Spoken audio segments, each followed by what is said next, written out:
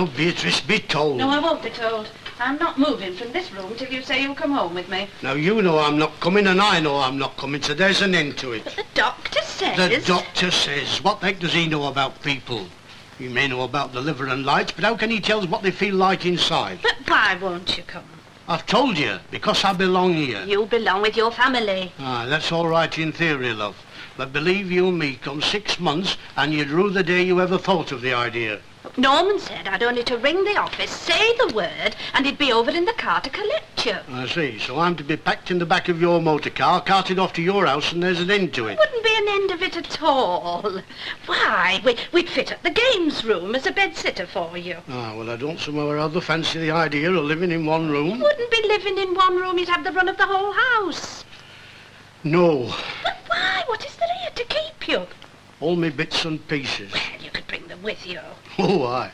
That sideboard of mine would look smashing beside your bird's eye maple cocktail cabinet, wouldn't I it? don't know why you keep making cracks against that cabinet. It's a beautiful piece of furniture. Of course, that sideboard would be too big to come. Yeah, and then there's me bed. Just you say the word and I'll order you a spring interior divan tomorrow. Oh, it may seem like a big move to you, Dad, but we'd soon have you settled in no time. And you could bring all your little bits and pieces with you. No, them's not the real reasons, love. If you'd only tell me. Well, maybe it's got something to do with belonging. Pardon? Belonging. You wouldn't understand. When I was a lad, I never had what you might call a proper family. Oh, Dad, must be of the sob still. Now, you asked and I'm telling you. Your grandmother died when I was 11. By the time I was 14, I was living in lodgings. All the more reason for you to come and enjoy a proper home. And your mother and me came into this house the day we were married. And there were no taxis in them days. We had to walk from the church. I know. Yes, but what you don't know is how I felt when I came through that door. I thought to myself, I've got a home of my own that belongs to me, and it's nobody else's. And do you know what your mother said? No, what? She said, all through the ceremony, I kept thinking to myself, yon poor lad's shirt could do with a proper iron. Oh, but Dad, that was all 50 years ago. I know it was, but I came through that door. I had a home of my own and I belonged to somebody. Dad, you talk like a Christmas card.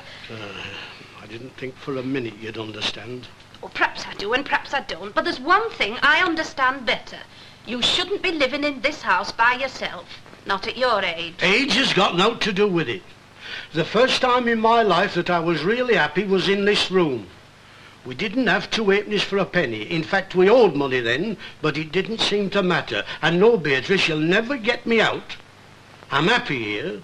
I couldn't be happy in your house, not with all the running hot and cold and morning coffee on God's earth. And so now you know.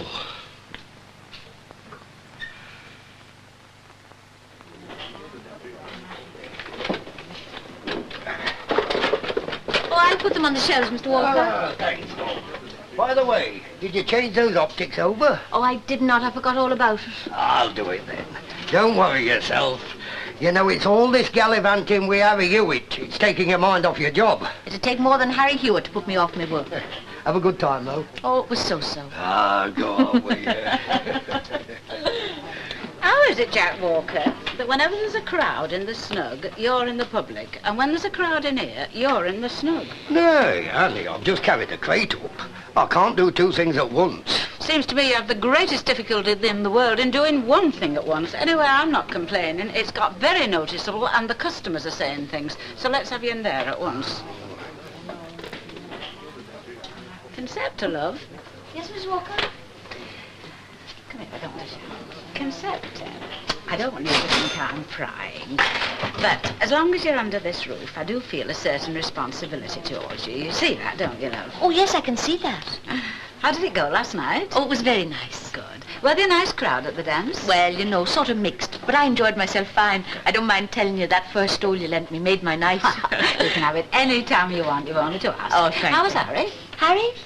Oh, he was quite the gentleman. I'm pleased. I'm very pleased indeed to hear that. You know, there's some in this house I wouldn't let you go outside that door with, but not Harry. He's a good, steady man, and I'm very pleased he asked you out. I'll leave you to serve him. You'll have to excuse me, Harry boy. I'm just on. Oh, all right. Pint, please.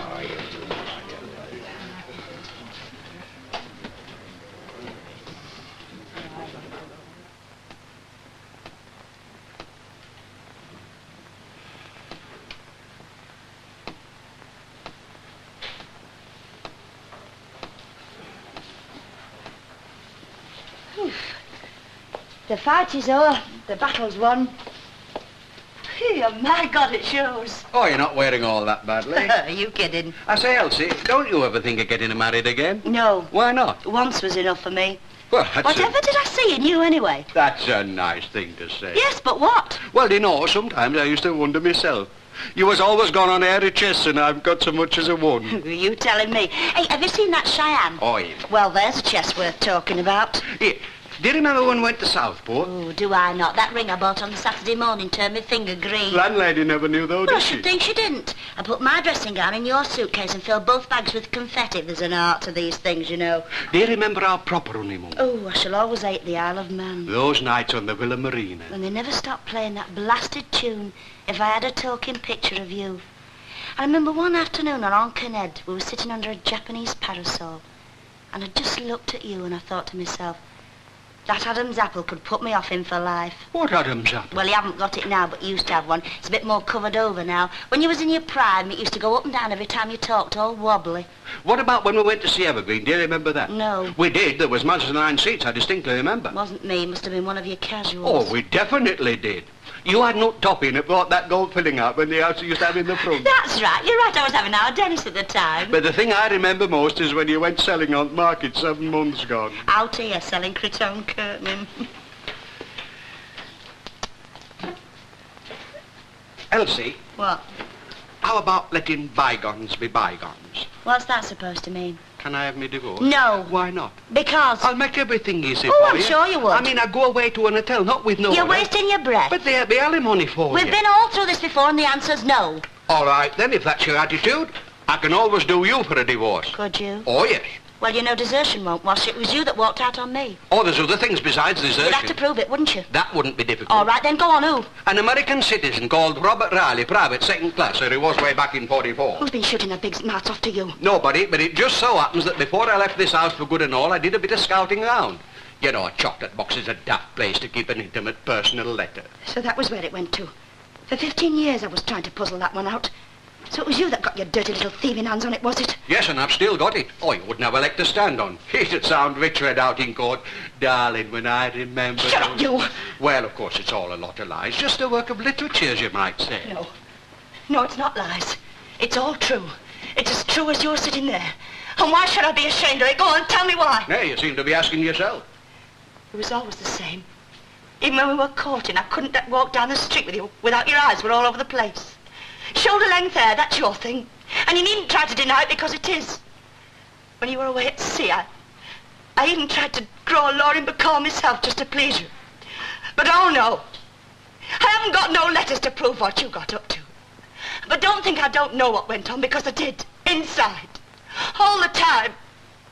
Go on and have your divorce. But I'd rather you'd divorce Do me. whatever you want. Get back to her at a toffee shop. Yeah, how did you know about that? That woman's got toffee shop written all over her. Oh, what's the matter? You're a bit under the weather. Not.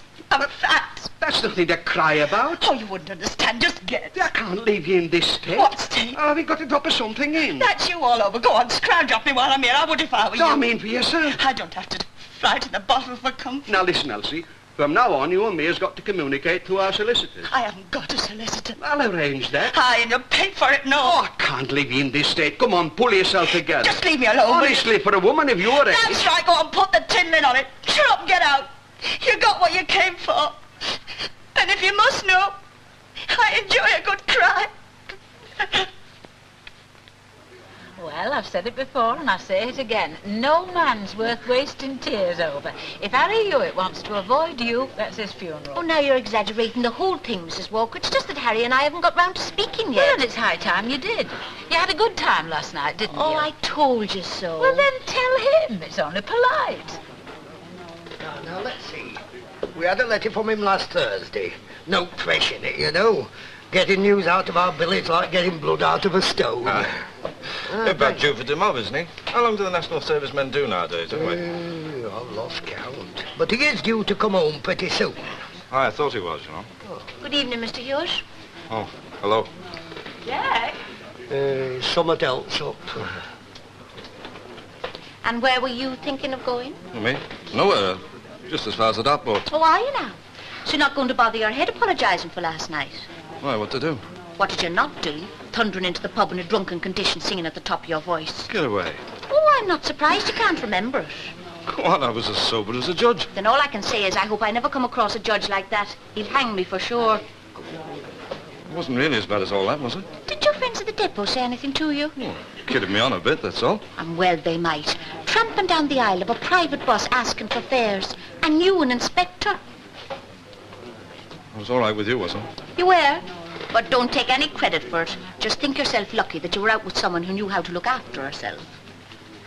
It's good do, though, isn't it? Could have been nicer. Hey, Harry, lad, you're on. All right. They're calling me. Well, Sorry. apology accepted. I'll see you later.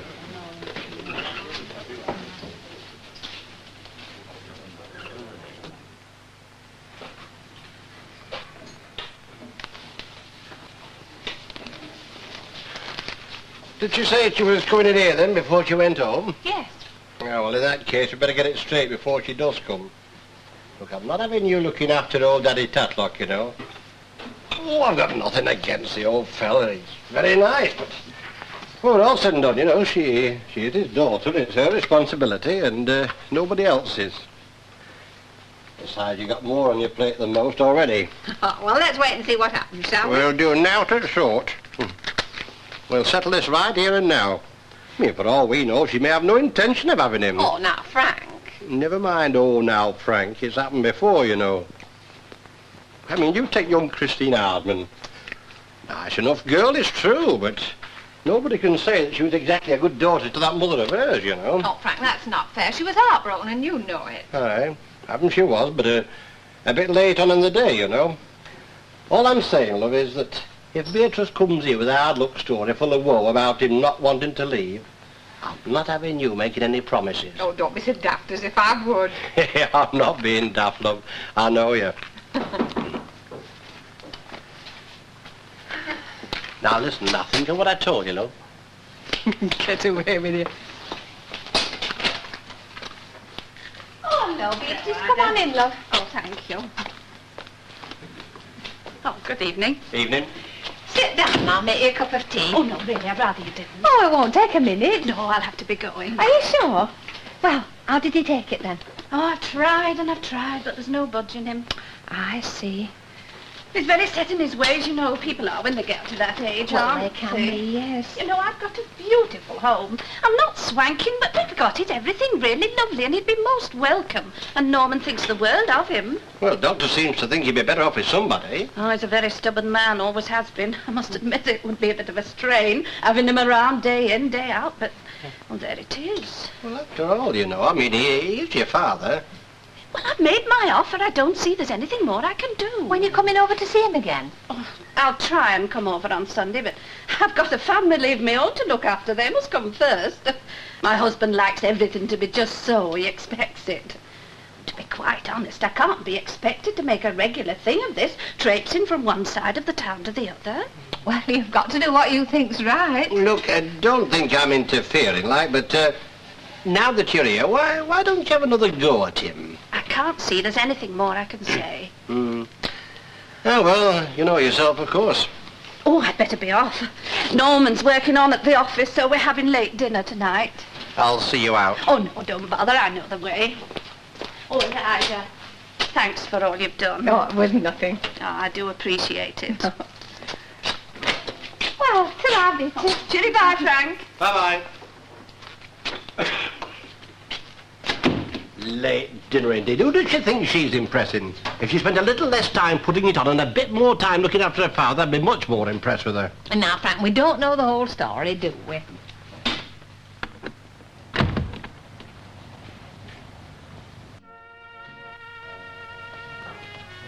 Come on on in, Ron, and sit yourself down. Oh, well, I mustn't stay. I've still a few more calls to make. Oh. Have you sorted out about my mother's policies yet? Yes, love. Well, am I going to get my money? Well, I'm not, am I? I know I'm not. I can tell by your expression. Well, I'll explain. It's like this, you see.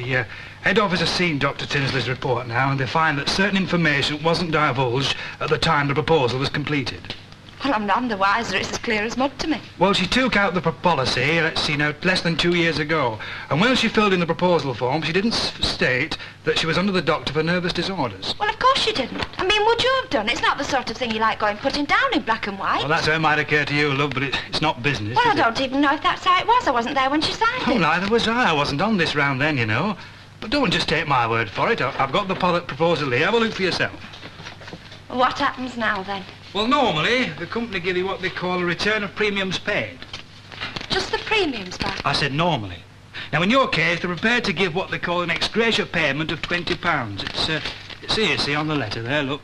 It's not bad, you know, really. Let's see now, 15 months at 10 bob a month. You were due for £7.10. £20.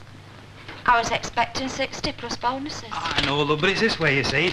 The policy your mother got was sort of based on what was written on the proposal form. If they'd have known then what she was under the doctor for, they might have made further inquiries and finished up not giving her the policy at all. Of course, if the policy had gone over 2 years, they would have had no comeback. But as it is, you see, they have the right to make inquiries like they did. Well, would it get you into any trouble if I went down to the office about it? Oh, no, I wouldn't get into any trouble, but they'd only tell you the same thing, love. Don't know what to do. Well, it's up to you, isn't it? I've got the money with me. If you want to take it, you've only got to sign the receipt. Now, you do understand the position, don't you? Aye, more or less. Well, where do I sign? There.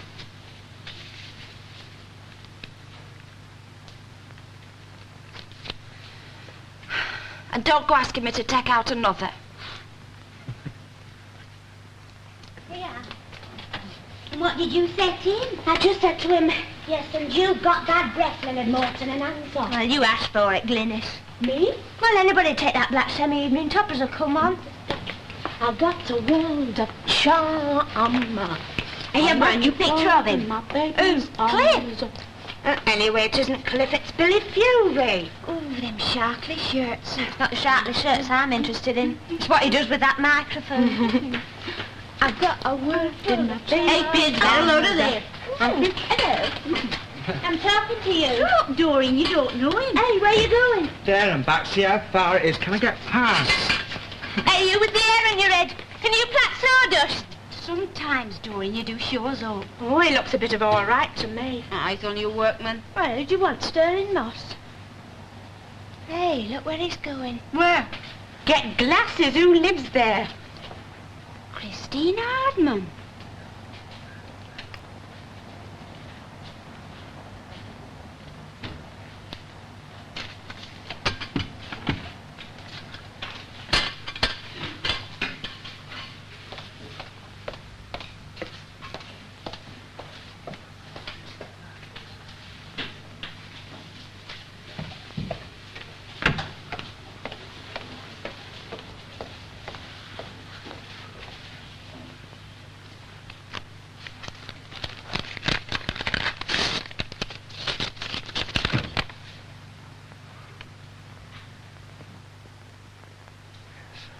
I'm not telling you a word of a lie, Ron. When we got up this morning, the water was running right down the stairs.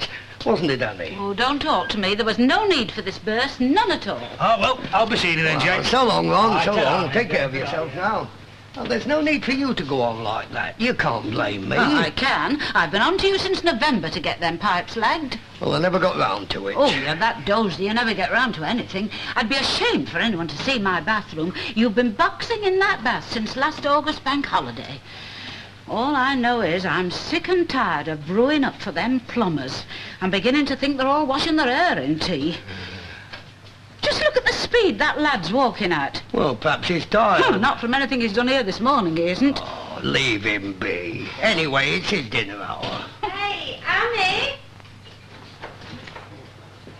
What can I get you? Well, I don't really like to ask, but you wouldn't have such a thing as a safety pin, would you?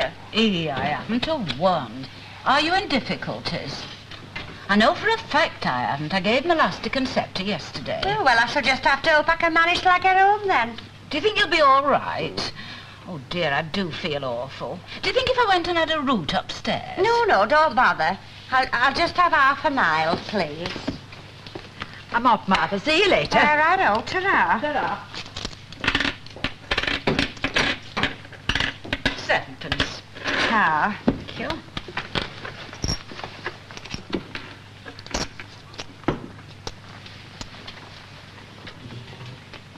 Was it a safety pin you was after? Yes, actually.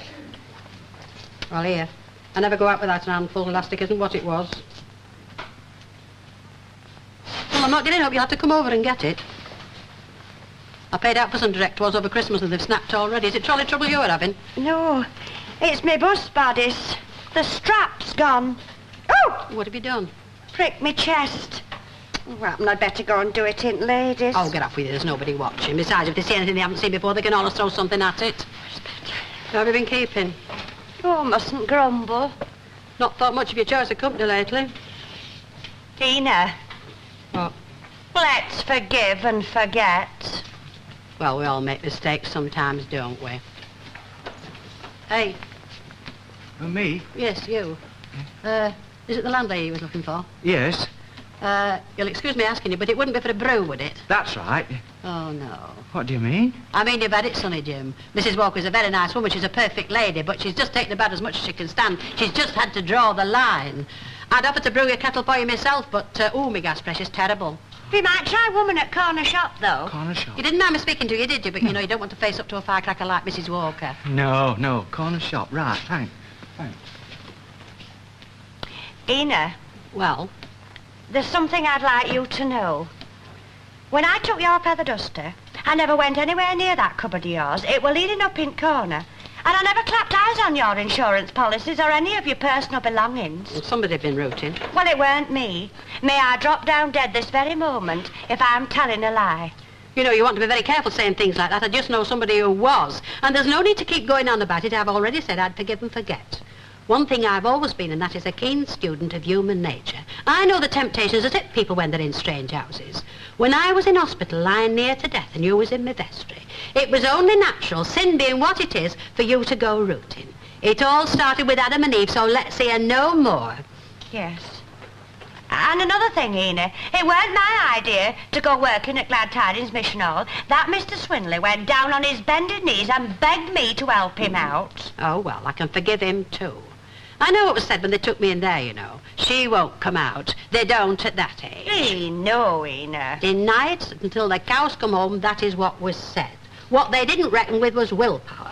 There were people who would have laid down under the burden and given up the good fight. But my willpower pulled me through. And we're very glad it did, Ina. Street wouldn't be the same without you. There's a lot of truth in what you say. Are you having the usual? Ina, you're considerate. I may never pass this way again.